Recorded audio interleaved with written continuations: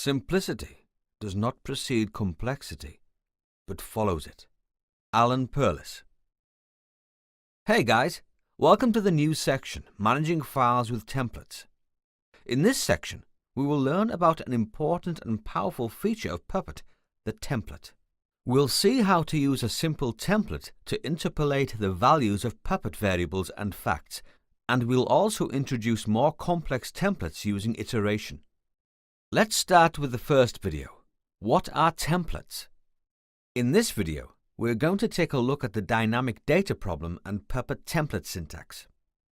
We've used Puppet to manage the contents of files on the node by various means, including setting the contents to a literal string using the content attribute and copying a file from a Puppet module using the source attribute.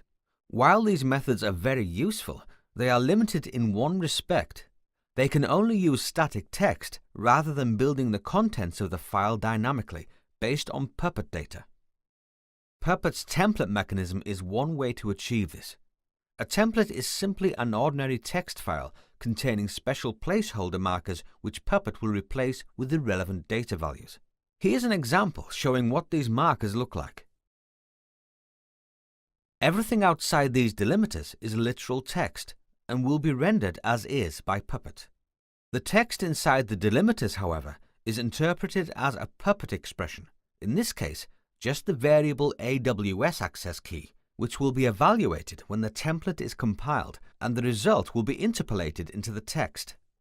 For example, if the variable AWS access key has a key value like this, then when the template is processed by Puppet, the resulting output text will look like this. You can have as many of these delimited expressions called tags in the template as you like, and they will all be evaluated and interpolated when the template is used. Puppet's template mechanism is called EPP for Embedded Puppet, and template files have the extension .epp. So, that's all about templates.